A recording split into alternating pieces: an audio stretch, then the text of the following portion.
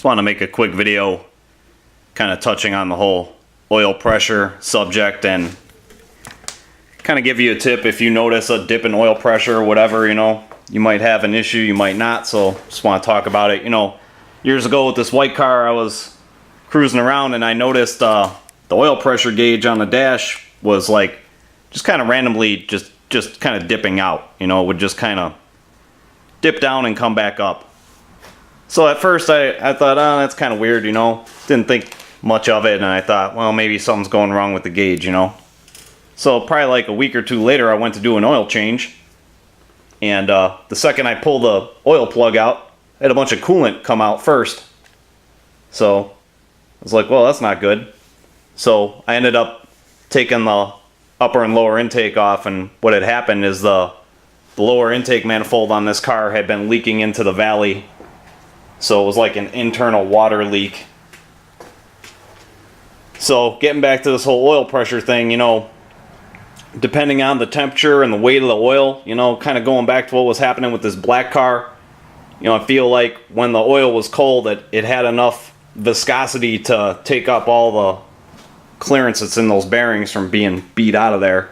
But as that oil heats up, it doesn't have enough of an oil film to maintain the oil pressure. So kind of going back to this stuff, if you're in doubt of your gauge, you can always get a new sending unit. The sending unit's right here on the side of the block, right by the oil filter. Those things are pretty prone to going bad, but you can unscrew that thing from the block, and then I don't know, I had a guy at Advance Auto kind of rig this up for me, because I went there looking for a gauge and they didn't have one, but he was like, oh, we can make one, so he ended up making that for me, so that was cool. But I think Harbor Freight sells like an actual oil pressure gauge, so you won't have to go through the process of building your own. But that's a good way to double check it. If you're doubting the gauge, just bypass it. Get an oil pressure gauge, hook it up there, see what's going on. So the other thing too is, like, back when I first started racing my Mustang in SCCA, I believe I was running like, just a conventional 1030 weight oil, and a couple of competitions I went to, or I wouldn't really call them competitions, but a couple of the meets I went to, I noticed that later on in the day, or when the engine became heat soaked, I was losing oil pressure, and it was getting pretty far down the gauge. So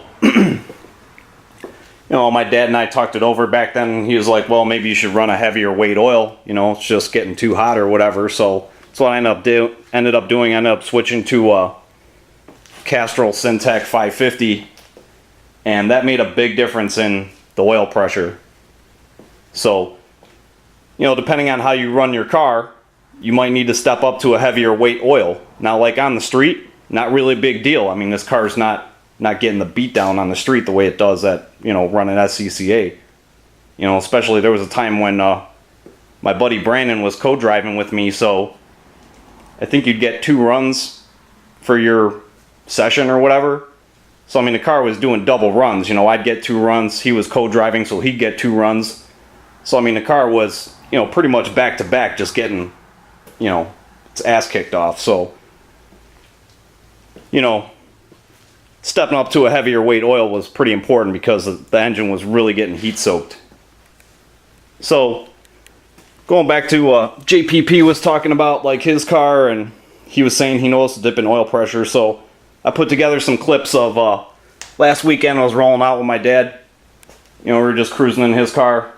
He's got some kind of issue going on with, we think he's got a wheel bearing going out, but I got a lot of footage of just cruising around with him. I was going to make a video about the wheel bearing noise, but haven't gotten around to it yet. So I chopped up some of that footage, and my dad's got the gauge cluster, like where the vents go, and he's got the autometer gauges in there. So I'm going to throw that clip up here. You guys can check that out. Got some pretty good long tube exhaust action in there too, but you'll see when that car is, when it's cold, he's making like 50 psi oil pressure, but then when it's warmed up, it's probably closer to, high 20s, low 30s. And then of course, depending on how you rev the engine, that's going to affect your oil pressure too, the RPM. So, you know, even when the oil's hot and it's closer to 30 at idle, you know, up at cruise RPM, it jumps back up to 50. So I just want to throw that up there, kind of talk about it. And then, like I said, my best advice, if you notice a dip in your oil pressure, you know, first thing I would do when you get it home, just get that car up and just loosen the oil pan, so the oil plug, and see what comes out. You know, you don't have to take the plug out, just loosen it up and see what comes out of there. You know, water is heavier than oil, so just loosen that plug. If you get some coolant coming out, you definitely have an issue you got to look into. If you have oil come out of there, then I would just start looking into the gauge. You know, go get yourself a manual oil pressure gauge, throw it on there, just double check it. You know, you might have an electrical issue or something with the gauge in the car, no big deal. So there you guys go. That's my advice on that. So with that being said, enjoy the next set of clips of my dad's car.